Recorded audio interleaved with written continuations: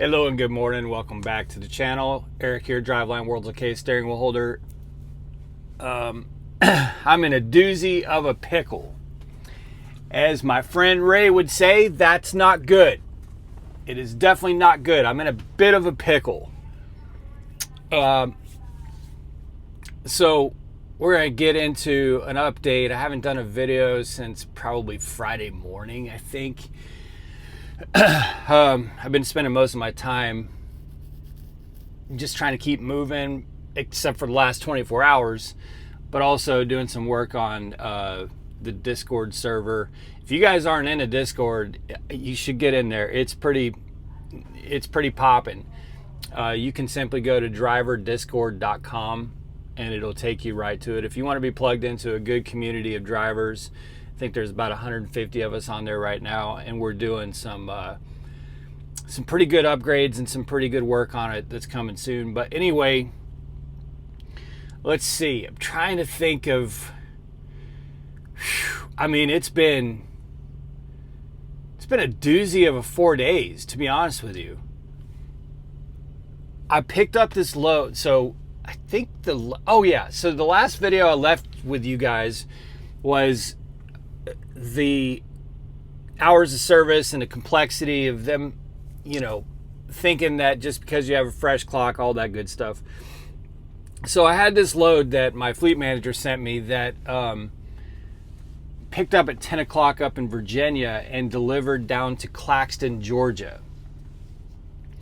And it was like a last minute order that this customer had put through. So it was a really good paying load, but it was like expedited, had to be run straight through. 620 miles.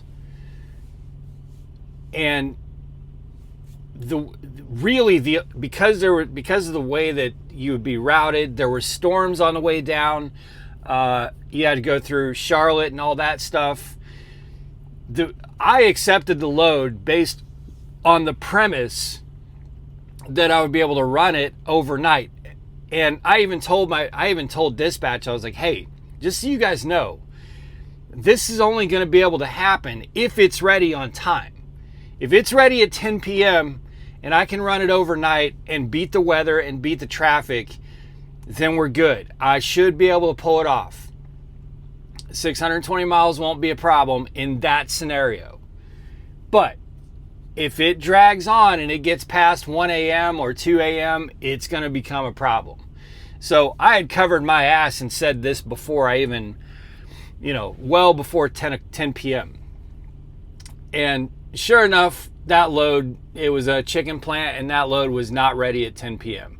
Wasn't ready at 11, wasn't ready at midnight, wasn't ready at 1. And at 2 o'clock, you reefer drivers will understand this. At 2 o'clock, I climbed into bed. And what happens, I'm going to give you a pause for a second, and I want to see if any of you comment and tell me this is your experience. What happens when you climb into bed and just give up waiting in reefer freight? At 2 o'clock in the morning, I climbed into bed, and I just started fading out. And at 2:07, they called and the load was ready. So 7 minutes after I crawled into bed, they called and the load was ready. And man, I did everything I could. And then Friday morning, that would have been Thursday morning. Yeah, Thursday morning. It just rained and stormed all the way through North and South Carolina. I had multiple 30 and 40 minute delays of just sitting in back-to-back, bumper to bumper traffic. And by the time I got to Charlotte, I think it was Charlotte, it was becoming readily obvious that there was no way I was going to be able to run it straight through. Like, very obvious. I'm watching my 11-hour clock and I'm watching the miles, and it's not going to happen. I'm sitting in traffic. It's not going to happen. So I called dispatch and I'm like, hey, I'm going to be straight with you guys. Like, sorry, I can't send a message right now. I'm driving. this ain't gonna happen. I'm giving it everything I've got. Not gonna happen. I was like, you could pull up my camera right now. You guys got these spy cameras. Pull up my camera and see what's in front of me. I ain't moving. And I haven't been moving for 20 minutes. And I ain't gonna be moving for the next 20 minutes. So then I got, I think, 200 miles from my 90 in Claxton, Georgia, and I just went ahead and shut down because traffic and weather was so bad. I was like, look, I can't get there on this clock, so there's no point in me continuing to burn my time in this traffic. And by the way, this is one of the reasons people ask me all the time, why do you drive at night?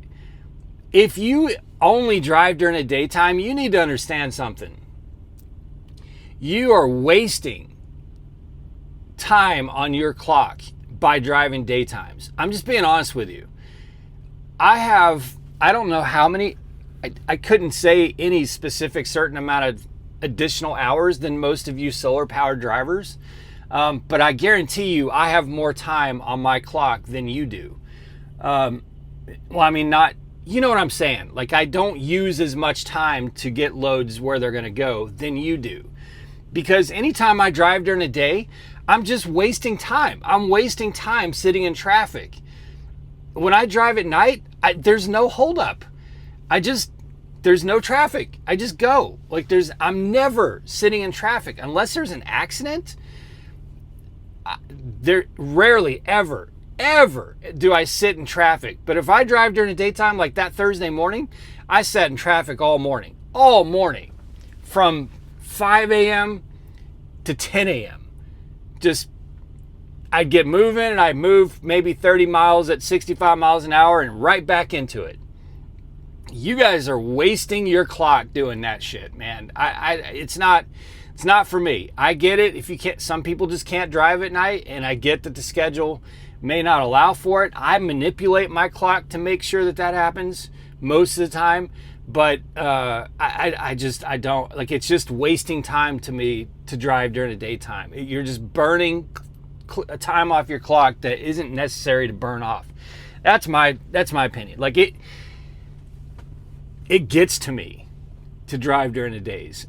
But anyway, rant off. So I get parked, I message dispatch, and come to find out they're going to try to repower me. And I was pissed about it. Like, I was fighting back on this, okay? I was like, I waited for this load. I waited for this load that paid $3 a mile. And through no fault of my own, it was all the shippers.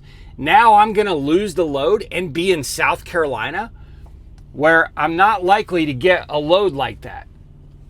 And another reason I accepted the load is because it delivered to Claxton, which is just outside of Savannah, and I always get good loads out of Savannah. So I was pretty, in the whole, but we'll find a driver that'll bring you see if we can get you a clean and fueled trailer. That doesn't matter, man. This is not on me. Why am I being punished? You guys trying to repower my load? By the way, it wasn't going to be to the 90 no matter what, on time no matter what. The 90 appointment was 10 a.m. By the time I parked, it was 10 a.m. So it wasn't going to make the 90 on time no matter what. Whether you send a team or that doesn't matter.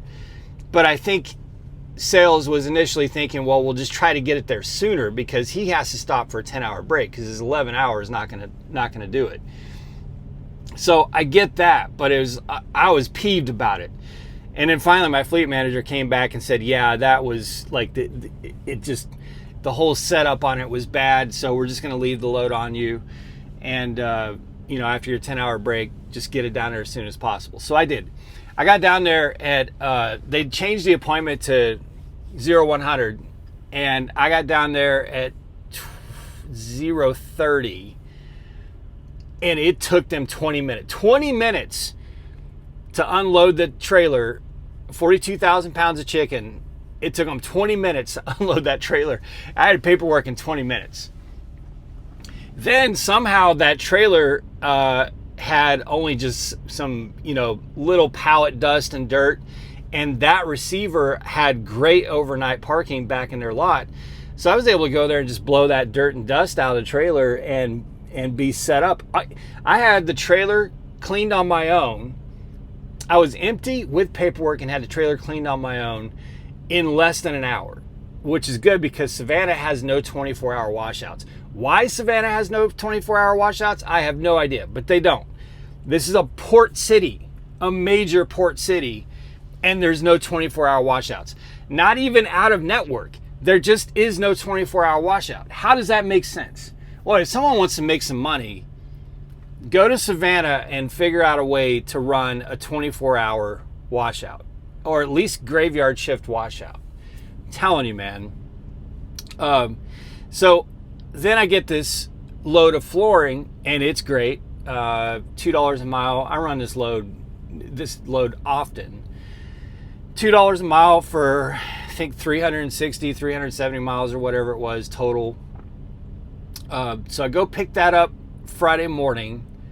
I did a split. Well, I went to the shipper, took a nap, did a split, got loaded at 8 a.m., went parked for a 10-hour break, ran that overnight Friday night. So yesterday morning, which was Saturday morning, at 3:45 in the morning, I get to the 90. It's a drop and hook. Bringing this loaded trailer. Guess what? No empties. No empties. We have no lumpers. We have no yard dogs. It's Saturday morning. They don't come in until Sunday night. No empties.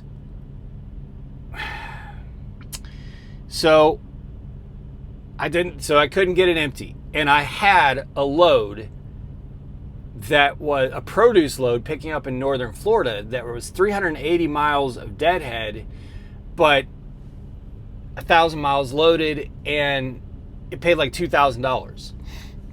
No, it was 1,200 miles. It was 1,500. Let's see. It was 1,500 total miles, I believe. 1,500 total miles for $2,000. Now, on the face of it, that may sound terrible, and it's not great. But 400 miles of that was loaded or empty. So I'm like, you know what? It's Saturday morning. My night dispatcher, who I trust and know and have known for a long time, is telling me that Georgia is 100 loads short yesterday morning, Saturday morning. 100 loads short for yesterday. And only one undispatched load in the entire state of Georgia for Sunday, which is today. So it's like, okay,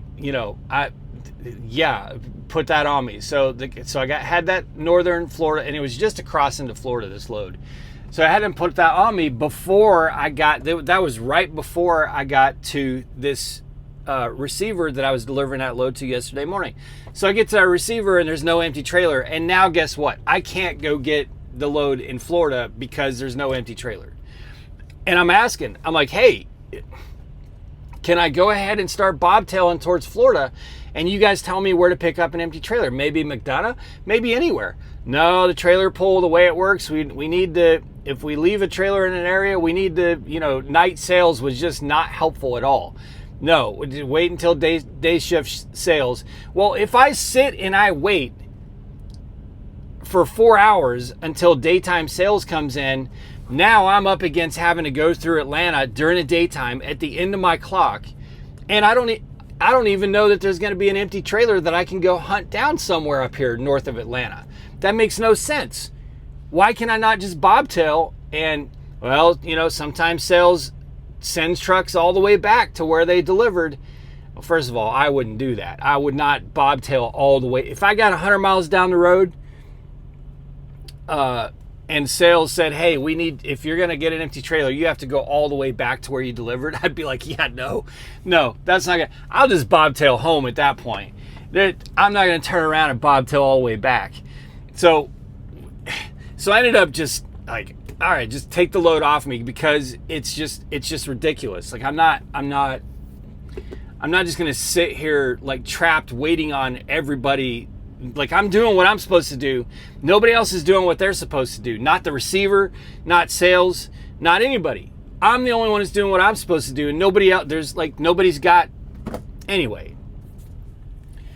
So I lose that load. And now here we are 24 hours later. There was no other loads in Georgia. So the only load they could set me up with was picking up tomorrow, which is Monday. Meaning 2 full days of just sitting. 2 days is what this has resulted in. 2 full days of just sitting. So this morning, I wake up, I go over to the receiver because Prime was still showing the trailer that I dropped yesterday morning sitting at that receiver. So I go over to the receiver, no empties. My trailer hadn't even been unloaded. There's nobody that's coming in until 1700 tonight, which would be Sunday evening. So there's no empties, and there's just no update on where I can go get an empty. It's possible that I could go all the way to McDonough and get an empty, but that's 160 miles round trip through Atlanta twice to get an empty. So I'm just screwed, you know. It just is what it is. So, you know, I got the guard over there was really nice. She gave me a direct line where I could call and check on a trailer this evening.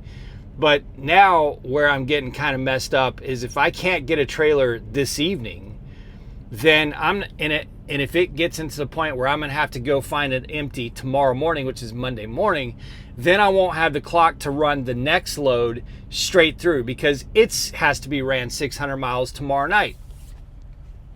So I can't be messing around tomorrow morning hunting for a trailer because then I'll have my clock screwed up for the next load that I have. So I may get screwed on this load tomorrow too.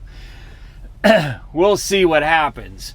But man, when I came out on this campaign, this is campaign Echo, but when I came out on this campaign, a week and a half ago, I had a great start to it, great first load. I was 2,000 in a hole due to have one of my trucks having to have tires, and had Jim was at my house helping me with stuff there. So I was 2,000 in a hole, and I actually got a decent paycheck last week, even being 2,000 in a hole. So I got, I dealt with, had a great start, and then it just came to an absolute screeching halt yesterday morning when I got to this receiver. Just like, that's not good. So that's kind of what I'm dealing with, man. And it's funny that it's, you say this is reefer freight, but the funny thing is, that load that I got screwed on when I dropped it yesterday morning was a dry load, and this next load that I'm picking up is a dry load. So right now I'm being completely screwed on not even reefer freight. It's dry freight, and I'm getting screwed. And I'm just, like I said, that guard was really nice over there at this place, and we had a good conversation about it. She was very much. Like the plant was shut down. There's nobody there.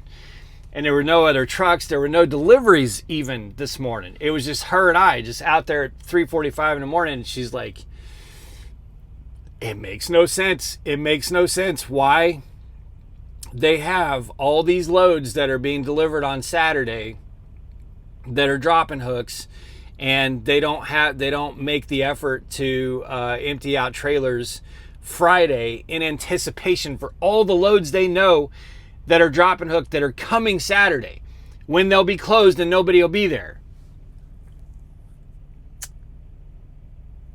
So that's not even reefer. That's a dry facility. There's no refrigerated freight at that facility at all.